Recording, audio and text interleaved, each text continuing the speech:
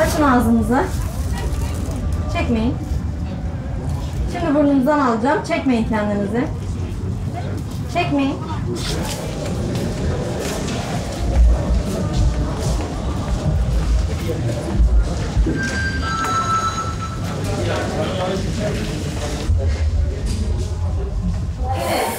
Tamam mı? Gel. Stilesi yok. Buradan dolduracağım. Kolay gelsin.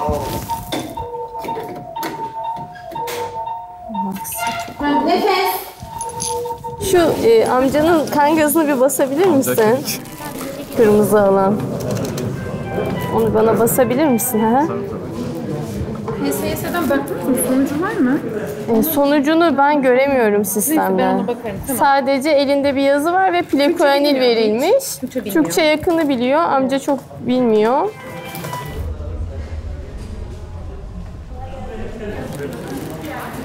Siz gelebilir misiniz? Amcadan ağzından, burnundan test yapacağım. Tamam. Siz ona anlatın ağzını açması gerektiğini, burnundan böyle bir çubukla örnek alacağım. Biraz rahatsız edebilir onu. Tamam. Midesini bulandırabilir, hapşırtabilir. Onu söylersiniz. Tamam. Siz de gelin, amcaya söyleyin. Ağzını açacak, aa yapacak. Tamam mı? Ağzını aç amca. Ağzını aç, kocaman aç. Bak. Tamam. A yapacak. A diyecek. A. Tamam. Anjiyo oldu mu olmadı mı onu tam anlatamıyordular ama bir kalp hastalığı var. Baba. Ben Ve tahlil bir sıkıntın var mı hocam? Şimdi doktor hanım sana soracak. Tamam. Bir onlara cevap ver olur mu? Neyi var, ne oldu diye. Tamam. Sıkıntı yok. Biraz sıkıntı var tahlillerinde yatırmak gerekecek hastanede. Tamam. Bu korona var ya hastalık akciğerlerinde. O yüzden böyle nefes alamıyor, zor alıyor. Evet. Pazar günü Covid pozitif çıkmış. Tamam. Korona fazla mı yani? Çok mu? Biraz fazla. Biraz daha fazla. Bir de hastalığı var ya kalpten. O yüzden yoruyor amcayı. Daha fazla yoruyor. Efendim? Tamam Deniz. Görüşürüz. Bay bay. Tamam bu hastayı hazırlayalım. Çıkarabiliriz yoğun bakıma. Ay, yerini söylemedi.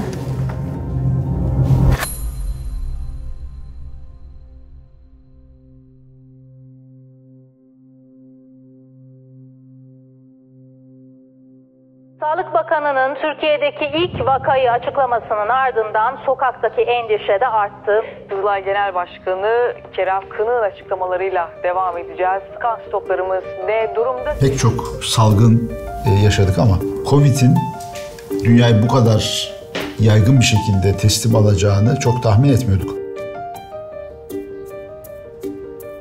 Yurt dışından gelip 14 gün karantina altında kalacak vatandaşlar için her şey hazırlandı. Kızılay tarafından hazırlanacak yemekler yurtlarda odalara servis edilecek. Bu süreç bizim için de farklı bir süreç. Genelde afetlerde sürekli alışkın olduğumuz bir iş olduğu için daha rahatız.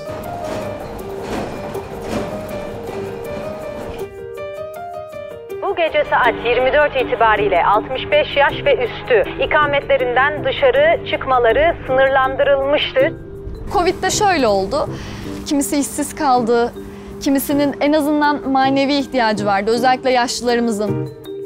Senin ufak bir torunun vardı galiba yanlış hatırlamıyorsam. Bundan yaklaşık 1,5 ay kadar önce Covid'e yakalandım. Evden 28 gün çıkamadım. Birileri bir şey getirdi götürdü. Şimdi anlıyorum ki evinden çıkamayan insanların ne kadar zor durumda olduğunu.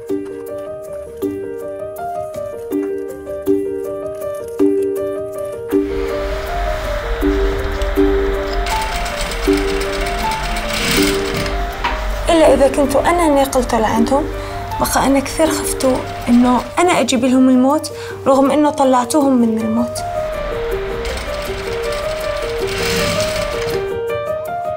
Mart'ın ortasından beri TFF bütün ligleri iptal etti. Hiçbir futbolcu mesleğini yapamaz hale geldi. Böyle bir boşluğa düşünce ben de yani bütün enerjimi bu Covid sürecinde Kızılay'da buldum. Buraya harcadım. Hadi çekiyorum. Değerli izleyenler, Kızılay'ın kan bağışı çağrısı yurdun dört bir yanından destek buldu.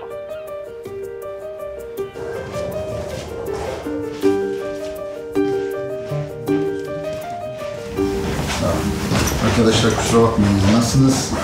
İyi, yok. Hazırız. Çok güzel. Buraya mı oturacağım? Evet lütfen.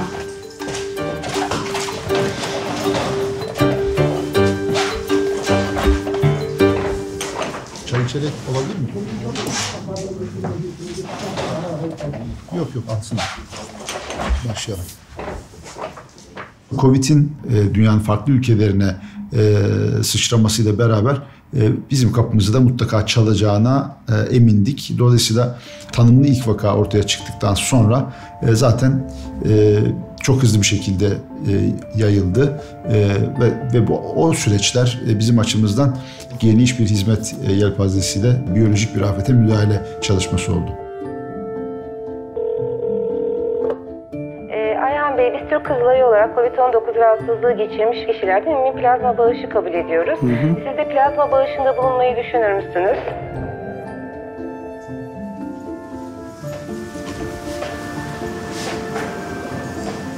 Merhaba, iyi günler. Merhaba, hoş geldiniz. İsmim Ayhan Metin. Randevum vardı plazma için. Plazma vereceksiniz. Evet. Tamamdır. Kimliğiniz yanınızda mı Ayhan Bey? Yanımda. Ben sizi şöyle yönlendireceğim. Önce bir form doldurmamız gerekiyor. Göstereyim, buyurun. İsmim Ayhan Metin. Türkiye'de tekerlekli sandalye sporlarını başlatan kişilerden birisiyim.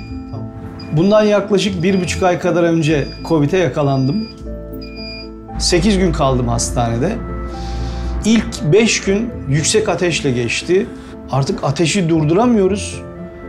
Ağrı kesici, ateş düşürücü, buz, soğuk duş vesaire filan. En son bir iğneyle geldi. Dedi ki son şansımız. Ama bu sefer düşecek, inanıyorum dedi. Zihnimden şu geçti. Acaba ben buradan sağ çıkabilecek miyim? Eve geri dönebilecek miyim?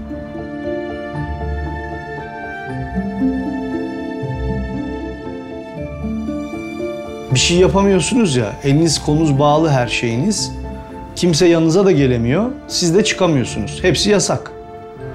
Ama bir şey de yapmanız lazım. Kardeşimle telefonla konuşmuştum. Dedi ki plazma bulalım mı? Ben de doktora sordum. Elimizde var, acil ihtiyaç olursa kullanırız, merak etmeyin dedi. Orada bir rahatladım. Ve orada dedim ki ya mutlaka Allah nasip eder de iyileşirsem plazma vermeye gitmem gerekiyor. Bu hep şişik mi duracak? O hep şişik duracak, ara inecek. İndiği zaman siz avucunuzu serbest bırakacaksınız. Hastalığı geçirmiş olan, yani Covid rahatsızlığını geçirmiş olan insanların bu hastalığı yendikten sonra bünyelerinde bir antikor oluşuyor. Aslında 100 yıldır bildiğimiz bir tedavi metodu. Yani konvalesan plazma tedavisi dediğimiz hastalığı geçirmiş olan insanlardan alınan plazmanın hastalığı geçirmekte olan insanlara aktarılması. Ve bunun sayesinde de 10 binlerce hasta bu immün plazma aracılığıyla şifa buldu ve sağlığına kavuştu.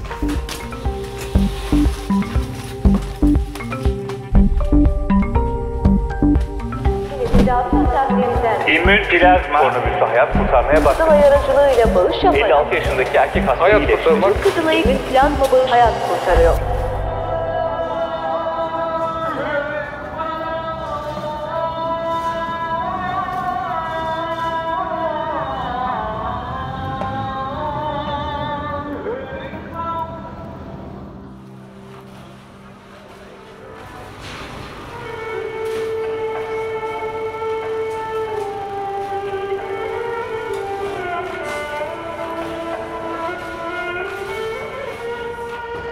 Taze çıtır çıtır ekmekler. Afiyet olsun. Taze ekmek. Kanka bu hafta hep Balat tarafında dağıttık. O yüzden bugün istersen Draman tarafına gidelim. Olur. 11 ayın sultanı mübarek Ramazan ayı bu yıl buruk geçecek. Sosyal mesafe kuralı kapsamında pek çok ülke çeşitli tedbirler aldı. Teravih namazı yasaklandı. Camiler ibadete kapatıldı. Ben Necati Yakuplar. 8 Ocak 1996 İstanbul Fatih doğumluyum. Küçüklüğümden beri futbol oynuyorum. 18 yaşından beri de bunu profesyonel olarak yapıyorum. Ramazan ayında özellikle her gün fırına gidip 400-500 tane pide alıyordum. Onları teker teker belirlediğimiz mahallelere dağıtımını yaptık. Hafta sonları yasaklar oldu. Gıda kolilerini dağıttık, hijyen kolilerini dağıttık. Herkese yardımcı olmaya çalıştık elimizden geldiğince.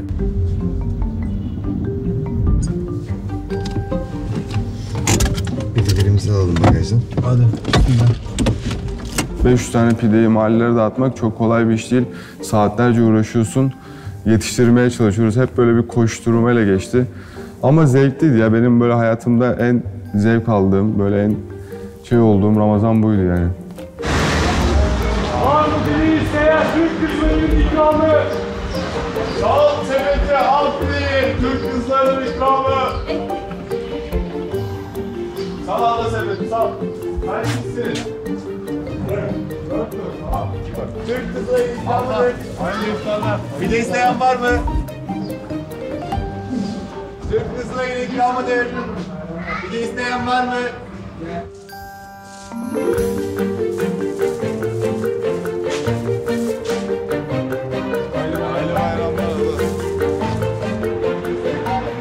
Daha önce hiç kimseyi tanımıyordum buradan. Geldiğim ilk günden tanışmaya başladım herkese. Buradaki arkadaşlarımla gerçekten yani herkes olarak böyle müthiş bir arkadaşlık var burada. Abi oturalım. Kaç dakika var? Kanka 2 dakika 50 saniye falan. Bakalım. Yaklaşık 1,5-2 aydır yoğun tempoda çalışıyoruz. Yaklaşık 1 aydır günlük 3 saat uyku. Senden böyle telefondan mı? Bana soracağım. Kanka şu an bayağı fotojenik. Balat da dağıttın galiba. Doğru bir şey geliyor. Allah kabul etsin beyler.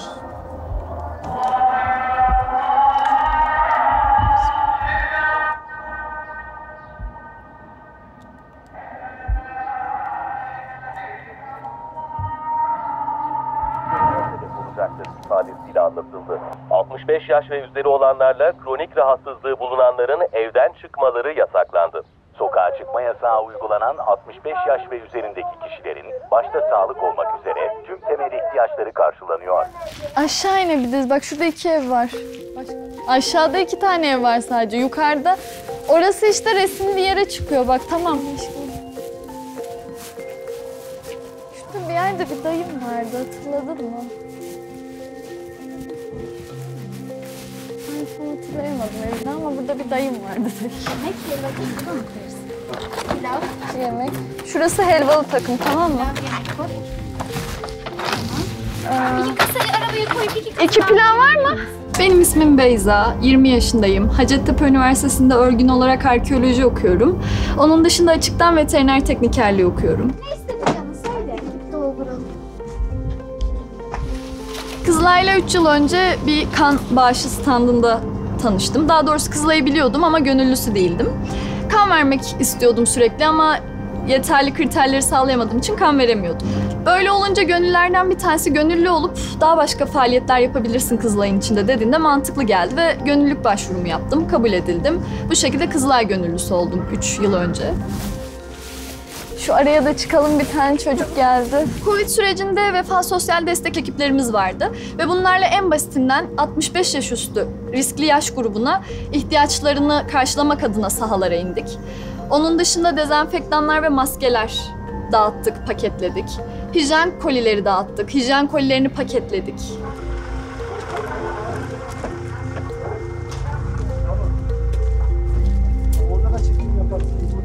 Merhaba, hoş geldiniz. Hoş bulduk.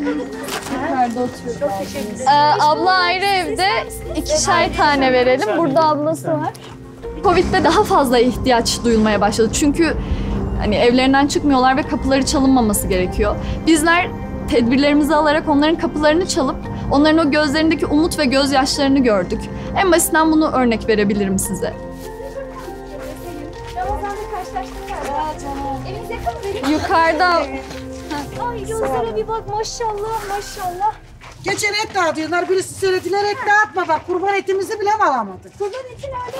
Listeli veriliyor diye biliyorum ama. Listeli ama veriyordular, vermediler. Bıraktılar ama. Şimdi Kızılay'ın hattını arıyorsunuz abla. Oradan başvurunuzu yapıyorsunuz. Evet. Listeler bizim ellerimize geliyor. Aynı bu şekilde isminize, evinize, adresine getiriyoruz. Verdik, hepsi var. Listeye alındınız mı? Evet var. Yasemin Özçekiç eşim vefat etti. Bunu biliyorsunuz.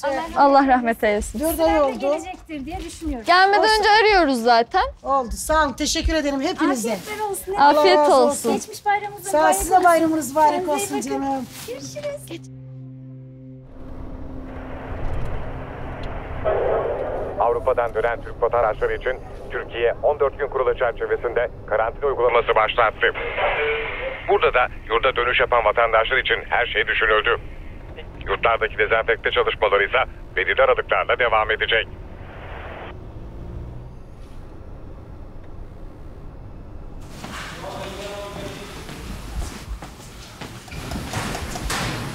Cümleten selamun aleyküm, günaydın. Yardım lazım mı usta? Kaç kişilik hazırlıyoruz kahvaltı? Ben Baran Akar. Türk Kızılayı Muş Bölge Afet Yönetimi Müdürlüğü'nde yaklaşık 10 yıldır görev yapmaktayım. Tamam, salatalıklar nerede onları halledeyim ben de. Şimdi bu süreç çok hızlı ilerliyordu. Özellikle salgının kontrol edilebilmesi için bazı tedbirler alınması gerekiyordu. Devlet olarak da insanlar, özellikle yurt dışından gelen vatandaşlarımız KYK yurtlarına alınarak izole bir ortam içerisinde hiç kimseye bulaştırmadan gerekli tedbirlerin alınması için bu şekilde bir ortam gerçekten şarttı. Bunu yerine getirdik.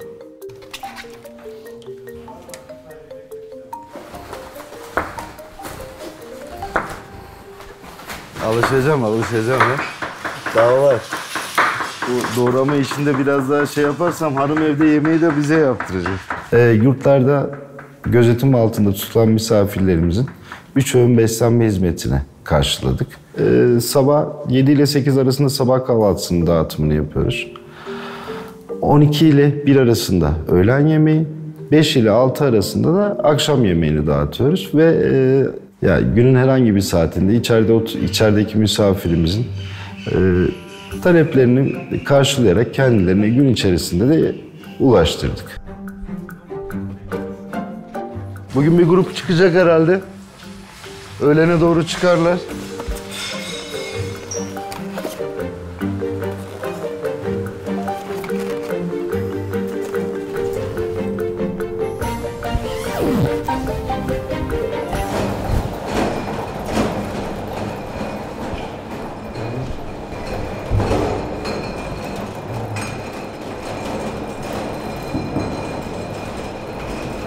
Bu ortama girdikten sonra farklı ihtiyaçları doğdu. Mesela en önemli ihtiyaçlardan biri moral. Selamünaleyküm ablam. Yemeğiniz hazır. Düşünsenize 14 gün bir odanın içerisindesiniz, hiç kimseyle görüşmüyorsunuz.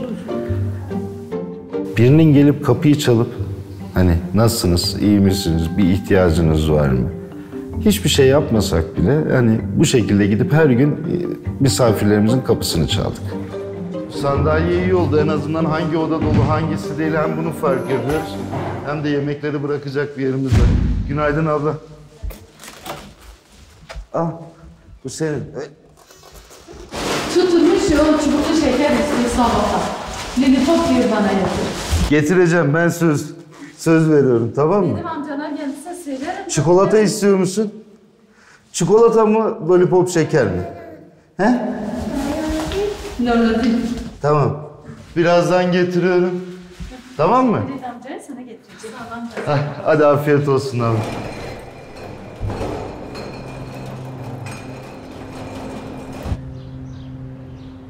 Market gibi, pazar yeri gibi, toplu taşıma araçları gibi, çalışma ortamı gibi yoğun ortamlarda maske takılması gerektiği bilim kurulunun da bu anlamda önerisi. Koronavirüs salgınıyla mücadele kapsamında alınan tedbirlere maske zorunluluğu da eklendi. Artık pazar, market gibi kalabalık ortamlarda maske takılmadan alışveriş yapılmayacak.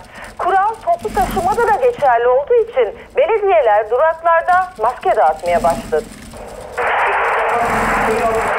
أنا بتول داود من سوريا من محافظة دير الزور عمري 36 سنة عندي 7 أولاد زوجي سوري أنا من أصل تركي تبع الفيروس ووقفنا الشغل تقريبا بلكي شهر كذا وقفنا دقوا لي الهلال قال طيقة تجين تساوين كمامات قلت ايه تمام أطيق أساوي. قلت كمان أساعد العيلة من مصروف. هو صدف كمان العيد، الولاد قالوا ماما يعني ما في لبس جديد. قلت ذاتا ماما كورونا أحد ما راح يعيد. بس يوم اللي أجاني خبر إنه تأساوي الكمامات وفيها أجرة كثير فرحت، وقلت ماما إن شاء الله تشتري لكم حويس للعيد وتتفرحون. همن أول نهار سويته 200 قطعة، وبعدها باشرته 300 500 إيه لما وصلته لل1000 قطعة أساوي تيل باليوم.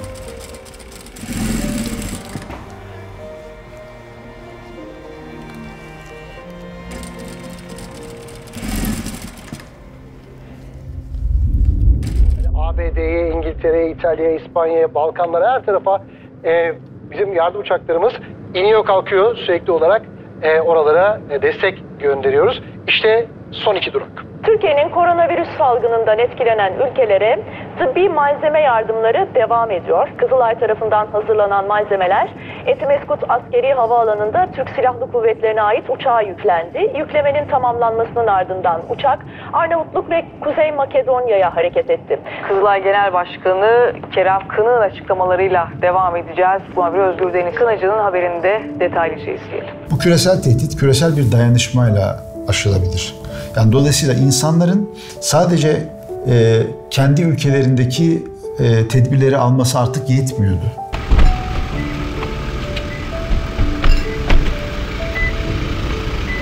Komşumuz özellikle Suriye'nin kuzeyinde kendi devletinden hizmet alamayan o bölgede de rutin hizmetleri o bölgelere verdik. Ama bir taraftan da çok sayıda 50'ye yakın ülkeye biz maskeler, tulumlar, siperlikler, solunum cihazları, tanı kitleri, ilaçlar, yani çok sayıda bu anlamda dayanışmamız oldu. Bizim şeyler, kişisel koruyucu ekipmanlar vesaireler ne kadar geçirdik şimdiye kadar Suriye'ye? Maske adetinden vereyim 9 milyona yakın. Burada var mı, ihtiyaç var mı? Yani zaman zaman oluyor. Hijyen malzemelerinde çok ihtiyacımız oluyor. Maskede çok ihtiyacımız oluyor. Bu bizim 8 hastanemiz için ayrı bir çalışalım ya. Yani genel müdürüm.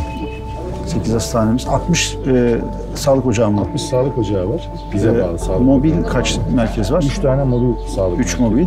5 de dispanser. Alper, Hakan diyordu ya, bu onlar partner arıyorlardı. Afrin'e biraz destek oluyorlardı bildiğim kadarıyla.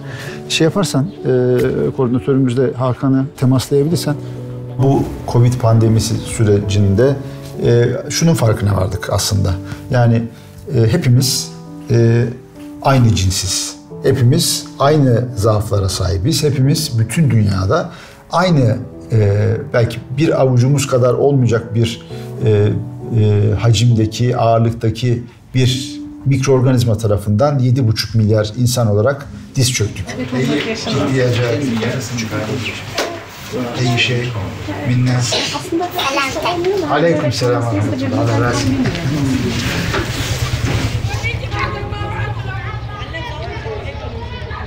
Selamun aleyküm.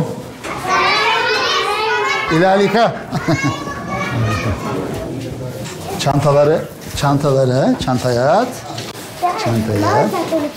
He? İsmi Kerem. Ente? Yusuf. Keyfe hal Yusuf? Yücet iyi şey, ihtiyacat? Elhamdülillah. Üniversite yıllarından beri aslında sivil toplumun içinde, insani yardımın içinde bir şekilde bulunduk. 96 yılıydı. Kosova'ya insani yardım bu anlamda götürüyorduk. Ve bir Kızılay kampına girdim. Ve Kızılay kampında bayrağımız vardı, hilal vardı. Hilal Ahmer'in çadırları vardı. Gerçekten etkileyici ve onur verici, insana böyle gurur veren bir tabloydu. Bizi de aslında böyle bir duygu sevk etmişti. İyi ki sevk etmiş. Ana Kerem, ismi Kerem. Ana reis Hilal Ahmer. Tarif Hilal Ahmer? Tarif? Ne? Hilal? Tarif? Ya Hilal Ahmar. İnsanların yardımlaşması ve o yardımlaşmanın oluşturmuş olduğu o inanılmaz güzel hava, o iyilik atmosferi ve karşılık beklemeksizin insanların birbirlerine gösterdikleri o sevgi veya duygu ya da o yardımlaşma, iyilik, bunun hiçbir şeyde karşılığını bulamazsınız. Vaka sayıları yeniden tırmanışa geçti. Sağlık Bakanı Koca tedbirlere devam çağrısı yaptı. Efendim? Tamam. Ben yoğun bakıma çıkarıyorum hastayı da Onur abiyi arayacağım buraya baksın diye, bilgin olsun. Gelir misin? 3 cerrahi 4. kat dedin diğerine. Tamam, hadi görüşürüz. Haydi çıkalım. Ver abi sen bunu bana. Yoğun bakıma çıkartacağız.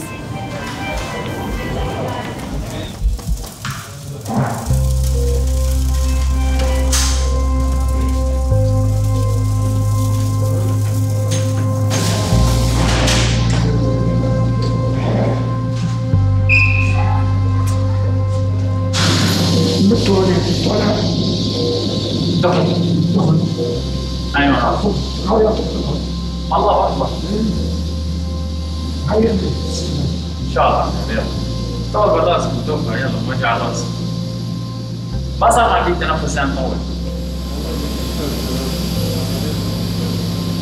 Günde 300-500 hastayla Covid tanılı. Genelde ileri yaş hastalarda oluyor. Bir de ilk başladığı dönemlerde genç hastalarda da çok görüyorduk. Şimdi zaten böyle başa dönüyoruz gibi bir şey oldu. Yani yine genç hasta sayısı da arttı. Yaşlı böyle ani durumu ilerleyen hasta sayısı da arttı. Öyle. Ya olabiliyor. Kime ne yapacağı belli değil. Yanına kimseyi alamıyorlar, bilgin olsun. Tamam. Yoğun bakım orası. Yakın takip olacak hastan orada. Tamam.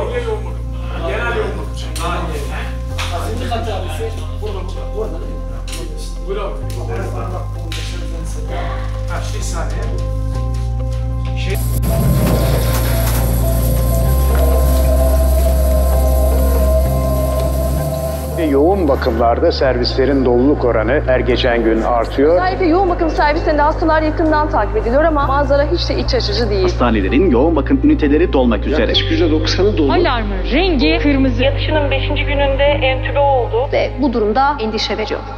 Ani gelişen akciğer yetmezliği denen bir tablo var. Akciğerler bir anda ödeme ve yaygın enfeksiyona giriyor ve hasta saatler içinde, hatta dakikalar içinde kaybediliyor.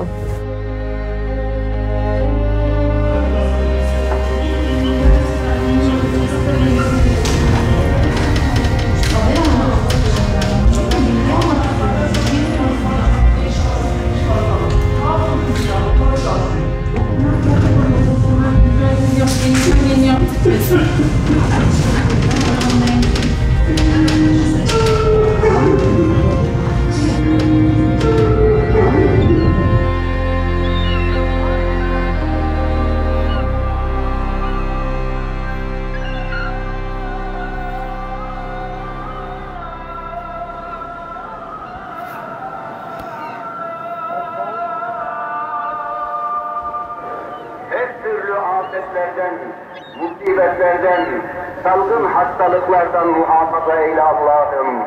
Bu zor zamanlarda büyük bir özveriyle gece gündüz demeden çalışan tüm çalışanlarımıza yardım eyle Allah'ım.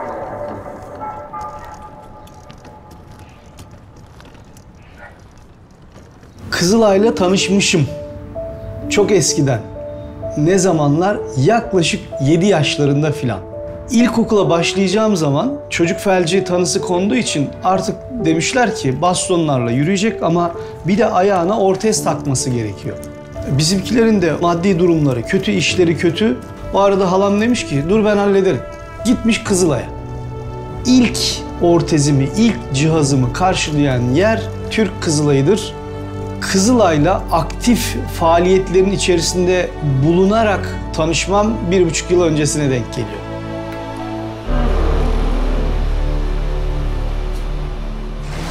Hedef 14 bir paket yapılacak. Onun için yani biraz daha... Aşevine her gün bağışlar geliyor. Gelen bağışlar Orada büyük kazanlarda kaynatılıyor. Ama Covid döneminde şöyle yaptık. Orada pişen yemeklerin hepsini paketleme ünitesinde gönüllülerle birlikte, engelli engelsiz ama bütün gönüllülerle birlikte paketleyip her akşam evlere ulaştırdık. Ulaştırmaya devam ediyoruz. Kim yoksunsa onlara götürüyoruz. Merhaba, kolay gelsin arkadaşlar. Teşekkürler. 12.300. Tamam abi. Aşevinden gelen sıcak yemekleri çok güzel paketledik ve bir günde yaklaşık 15.000 kişiye ulaşmıştı diye hatırlıyorum. Aldın mı? Tamam.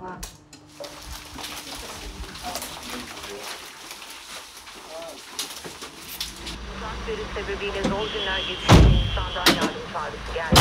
Bu çağrıya kayıtsız kalmayan Türk Kızılay'ı yardım operasyonu için düğmeye bastı. Ne yapıyorsun? Nasılsın? İyi diyekliyor bak işte. İşsizlikten mahvoldum. Selamünaleyküm. Marketledik zannetmeyin Türk Kızılay'ı. Görüyoruz. Kolu güzel. Kolu çok güzel. He. Onu oraya saksı değil ona bir çiçeğe soktum öyle kaldı. Çok güzel olmuş ama. Yok bizim annem. Bura var işte şu teyze var. Kaç kişiydi ablası? 1, 2, 3, 4, 5 bir de ben 6 kişiyiz.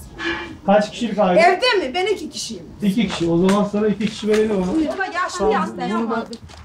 Abla sen bunu da Songül ablaya verirsin. Ben oraya şimdi götürürüm. Covid sürecinde çok uzun bir süre vardı. Evden 28 gün çıkamadım. Birileri bir şey getirdi götürdü. Şimdi anlıyorum ki evinden çıkamayan insanların ne kadar zor durumda olduğunu. Şimdi sıra bende. Senin var ya Allah'ına buradan be abi. Selamünaleyküm muhterem. Selam abim benim. Nasılsın? Allah razı olsun. Sizi gördük daha iyi oldu. Bacağı kırmışsın. Hayırdır bana mı özendin? Ne yaptın? Senin canını yerim ben. Allah işini gücünü rast getirsin. Biz öyle hepinizin yani abi. Biz öyle her derneğe Hoş geldiniz. hoş bulduk. Tokalaşmıyoruz ya Covid var Baş ya. tacısınız. Her derneğe üye olmak isteyeni böyle illa sakatlan demiyoruz. Sakatlanmadan da derneğe üye olabilirsin. Abi başımızın tacısınız siz bizim her zaman ya. Mahallemizdeki bütün insanların kapısını çalıyorsunuz. O bize yeter yani. Eyvallah. Allah razı olsun sizden. İhtiyaç sahibi olmak demek illa parasızlık demek anlamına gelmiyor. Yemeğe ulaşamamak demek. Yemekten yoksunluk demek. Kim yoksunsa onlara götürüyoruz.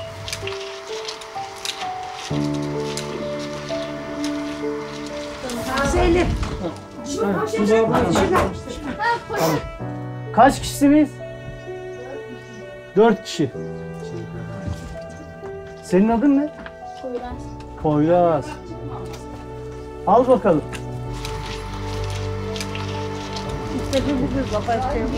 Tamam Berke kıyafet getirelim.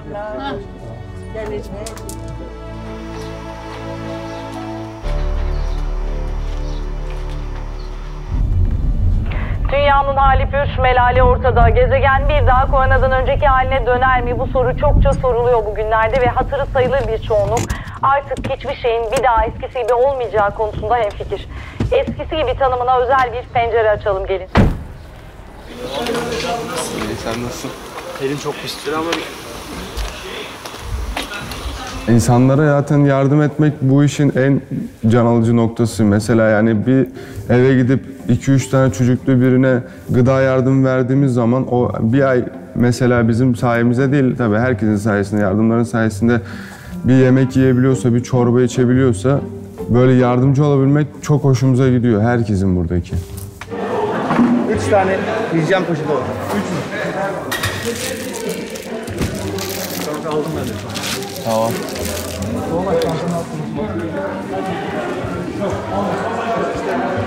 Şunları koyalım da. Tamam. Kaç tane gıda var? Sığar mı arabaya? 3 tane de gıda alacağız. 4 kişiyiz ya. Sadece 3 tane gıda alacağız. Ha, tamam. Hem insanların hayatını gördüm, böyle biraz kendi hayatımıza baktık. Hem yani insani yönden kendimizi böyle bir geliştirme fırsatı olduğunu düşünüyorum ben. Aşağıda olmasının üstü var. 128'e devam ediyor. Yürüyerek gidelim o zaman.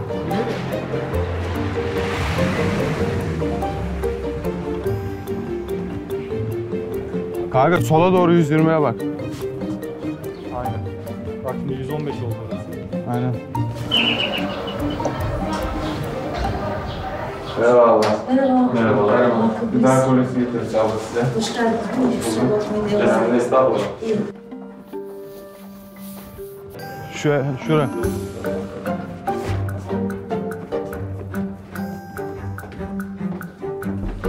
Kendinize çok iyi bakın. Sen de abi. Allah'a emanet abi, görüşürüz. Bura mı? Kuru yemişçiler, marketler saat 10 ve 17. Yasak 5'ten sonra mı başlıyor yoksa? 5'e kadar marketler, fırınlar falan açık ya. Bu sokak. Yok. Devam et. Son ileriden tüm sola döneceğiz. O 8'e 6. Aynen. Ekrem Ökmen. Ararız ya bulamaz. Burası bu sokak. 27-23 aşağısı.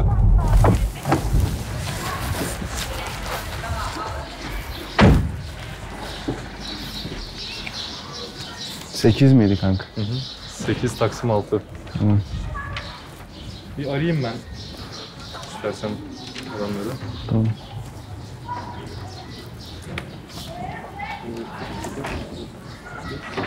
Sekiz zile bassak aslında bulurduk. Yok 8'i ben bulamadım ya. 7. Burası farklı bir sokak oluyor. Sancaktar Baba Sokağı diyor. Yok, o sokak bura zaten. 12. İlhan Sokak.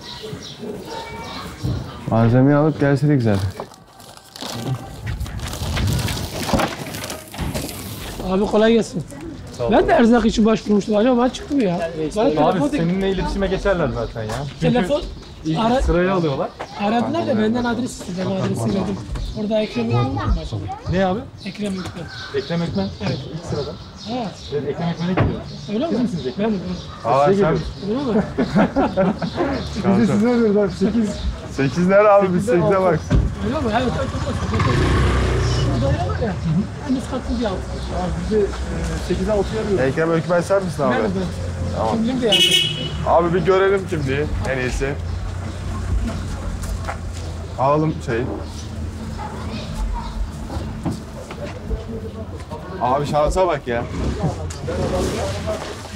İstesek bulamayız ha. Ben zaten Kızılay'a da ben Aynen. 12 yıldır ben kan bağışı yapıyorum. Benim zaten da var. Maşallah. Maşallah abi. Yine gideceğim. Gerek yok.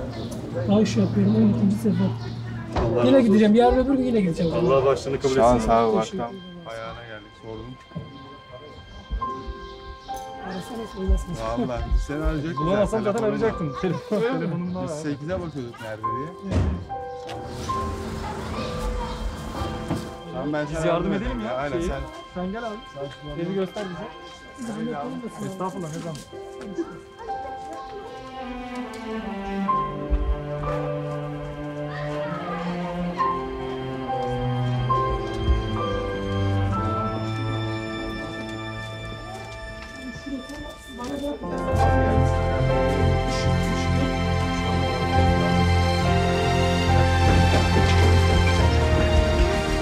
Kapıyı aç babacığım. Misafirler var. Merhaba. Abi. Şöyle bırakayım sana. Abi çok teşekkür ederim. Allah kabul etsin. Başka bir isteğin var mı abi? Allah razı olsun. Kendinize iyi bakın. Çok sağ olun. Görüşürüz abi. İyi günler, kolay gelsin. Eyvallah. Yaşlılara ve kronik hastalara kısıtlama geldi. 65 yaş üstü vatandaşlar evde kalarak günlerinin büyük bir bölümünü balkonlarda geçiriyorlar. Getir başkanım. Onların evet gıda, nakdi, hijyen daha başka ihtiyaçları olabiliyor ama bir selam, bir tebessüm, bir nasılsın sorusu yetiyor. Biz gittiğimizde, o tebessümü verdiğimizde içleri ferahlıyor ve eminim ki o yardımdan daha fazla şey veriyoruz biz o an o insanlara. Unutulmadıklarını, yalnız kalmadıklarını, düşseler bile biz hep birlikte el ele tutuşup kalkabileceğimizi hissettiriyoruz. Vereyim size. Geçmiş bayramınızda mübarek olsun. Sizin de sağ olun, teşekkür ederim. Rica ederiz. Gidelim. Biraz sıcak. Ben bu yolda ilerlediğim sürece daha başarılı ve daha mutlu olacağımı düşünüyorum. Sen kendine fayda sağlamak yerine başkalarına fayda sağladığında daha iyi hissediyorsun ve bunda daha başarılısın. Kendine yaptıklarındansa başkalarına yaptıkların daha başarılı oluyor.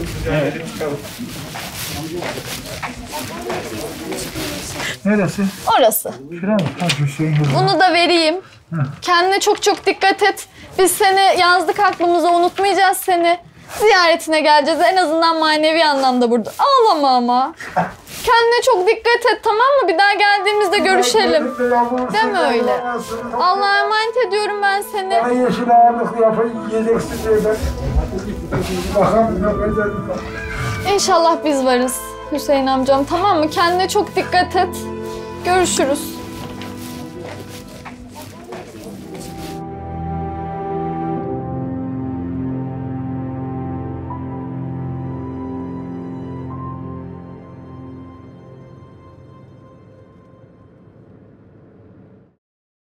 Ara tatilin ardından eğitim tekrar başladı ama yüz yüze değil uzaktan. Yani öğrenciler bir kez daha evlerinde ekran başına geçti. اجيت لتركيا بال 2015. قبل كنت أفكر إنه أجي من سبب الحرب، بس كنت صابرة أقول ما في مشكلة. أما تنزل القذيفة بظهر البيت، هاي الجملة قلت له ما أتحمل ولادي يموتوا. Kendinize kamerasını da dezenfekte edip çocukların yanına gitti. وقت اللي كان زوجي يشتغل بالمحطة نزل هاك الوقت قذيفة، ومن أثر القذيفة صابه صمم بالأذني ما بقى يسمع. وأنا كنت بتعزية بيت جدي. EBA TV üzerinden yayınlanmaya başladı.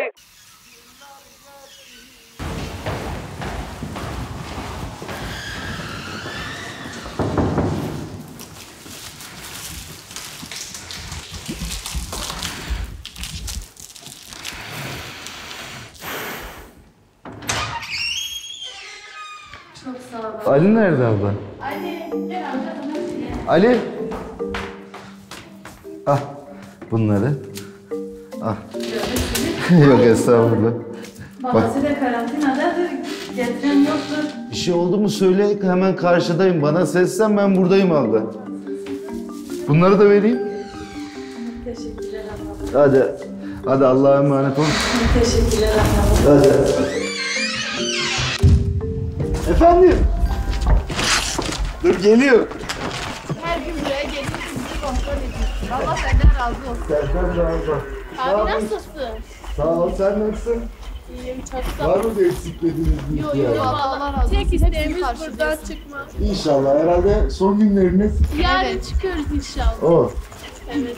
Ya bitmiş, son güne gelmişsiniz, hala isyan ediyor. Son günün tadını çıkarın. He vallahi ne hani He. geçmek bilmiyor. 14 gündür buradayız, hiçbir eksiğimiz yoktur. Allah bu abiden razı olsun. Sizlerden de. Bir de Yasin abi. Hadi görüşürüz. Görüşürüz. Hadi. Allah'a emanet olun. Hadi siz de.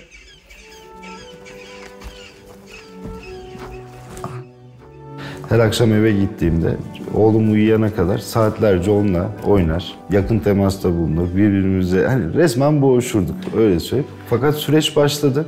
Eve gidiyordum, kendisinden uzak durmaya çalışıyordum. Annesine demiş ki babam artık beni sevmiyor, eskisi gibi benimle oynamıyor. Anne. Türkan. İyisin anne. Kurban olayım size anne. İyiyim beni sen nasılsın? İyiyim. Sizi görüm sevinim. Allah bu amcaya ömür versin. Hiç beni kırmaz. Bak ablam bugün bizde bak. Sizi görüm biraz sevinim. Bu süreçteki en ilginç olan durum Nazlı teyzem. Alzheimer hastasıydı. Otobüse bindirdik, yanına oturdum. Ben sizin hakkınızı nasıl ödeyeceğim? İşte siz bana burada çok iyi baktınız. Bu gibi ifadelerle yaklaşık 15 dakika ağladı. Sonra teyze dedim, ben seni arayacağım. Yani buradan gittin diye seni unutmayacağım. Sürekli görüşeceğiz. Dedim bu şekilde telkinde bulunarak gönderdim. Ya ben hayatımda öyle ağlayan bir insan görmedim. Alo. Alo teyze. Çuçuğali. Ellerinden öptüm teyzem, nasılsın? Nasılsın böyle anne? Allah'a şükür şu an senin odanın orada oturuyorum hatta. Sen odamda mı oturuyorsun? He, senin odanın oradayım teyze şimdi. Ne zaman geleceksin? Sen iyi ol, kendine iyi bak, ben geleceğim ha oraya. Benim bakmam ne olacak? Senin bakmaz kimi? Olmaz. Tamam. Sen bana iyi baktın. Ben gelene kadar da olsa sen kendine iyi bak, ben gelince yine bakacağım sana. Allah razı olsun. Bu konuşma yeter. Hayat sen... Unutmadın ya, bu konuşma yeter. Teyzem ben seni unutur muyum ya? Ben sana dedim ya sen de benim annemsin diye. Allah sana olsun. Allah sana ömür versin. Amin, Allah sana da teyzem. Komşulara da verin, tamam mı? Maske lazım mı? Sağ olun, eksik olmayasınız. İyi bayramlar. Bayramınız mübarek olsun. Sepetiniz var mı? Maske vereyim size. Kızılay. Amin. Kızılay size maske getirdi. Bayramınızı da tebrik ediyorum. Ellerinizi öpüyoruz. Hepimizin toplam hikayesi, yani bu bitmeyecek. Birisinin nefesinden ötekisi onu bir bayrak gibi alıyor ve birisinin enerjisinden, birisinin idealinden, birisinin inancından alıyor, bir başka yere götürüyor. Biz dünyayı daha aslında yaşanılabilir, daha güzel, herkese yetecek kadar kaynağın herkese yettiği bir dünya için aslında gayret sarf ediyoruz. Dolayısıyla buna da inanıyoruz.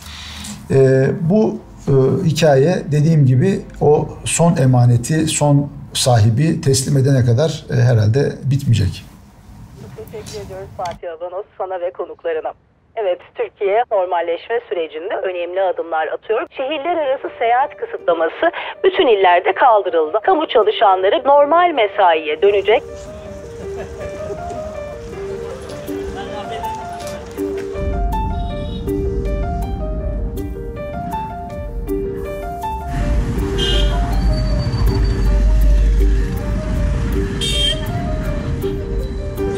Alınan yeni kararları açıkladı. Türkiye normalleşme sürecinde önemli adımlar atıyor.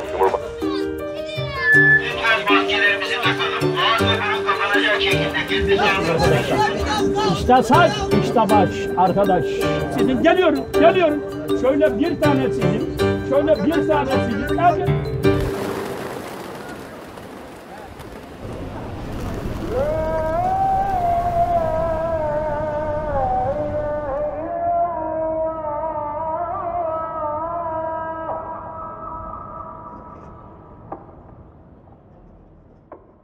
في المركز قالوا إنه ممكن يساعدوني مشان سماعات لزوجي.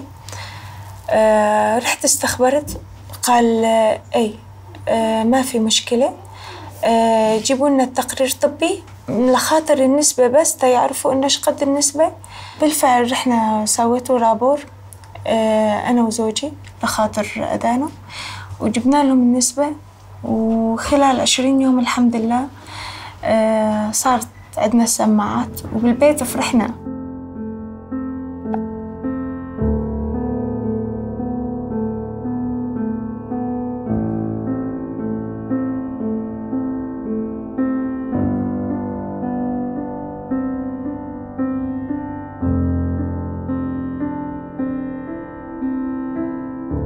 زوجي حط السماعة وكنت أقجم أنا وآية يعني بصوت خافت، وإني قلت سمعتكم إيش قلتم، قلت واه كان صار عنده سماعة ويسمع إيش نقري.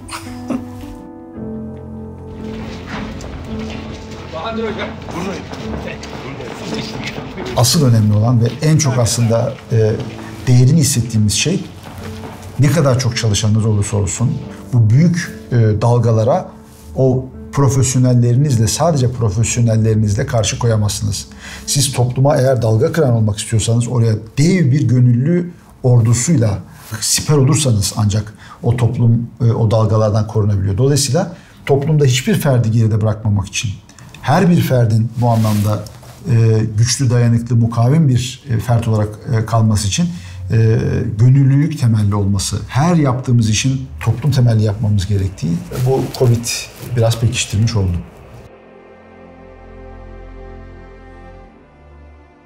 Vallahi abi bir kere girdi. Gerçekten oradaki insanlarla tanıştık. Şu an kopmak istemiyorum açıkçası yani. Hani maçlarım var, futbolu da özledim ama kopmak da istemiyorum açıkçası.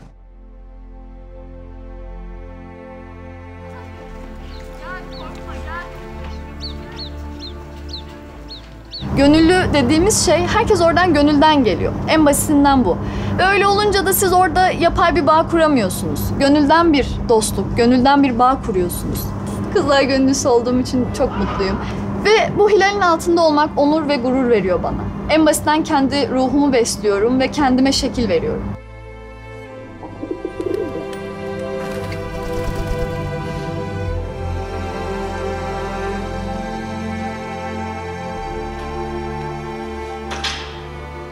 Birey olarak yapabileceğimiz yardımlar kısıtlı. Fakat Kızılay gibi güçlü bir yapıya sırtımızı dayadığımızda bu sayı 100'leri, 200'leri, 500'leri buluyor.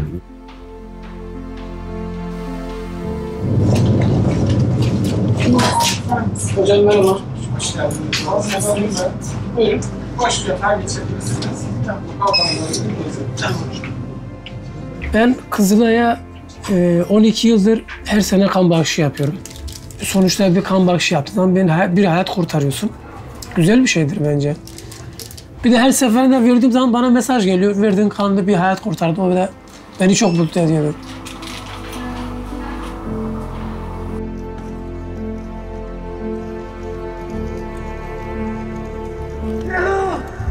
Biz bir başkasına yardım ettiğimizde fark ettik ki aslında kendimize yardım ediyoruz. Bu bizi mutlu ediyor.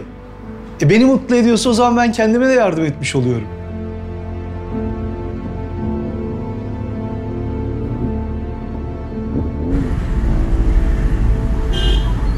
Açacak. Şehirler arası seyahat kısıtlaması sona erdi. Türkiye için yeni normalleşme kapsamında durdurulan birçok faaliyete izin verildi. Türkiye artık yeni bir aşamaya geçecek.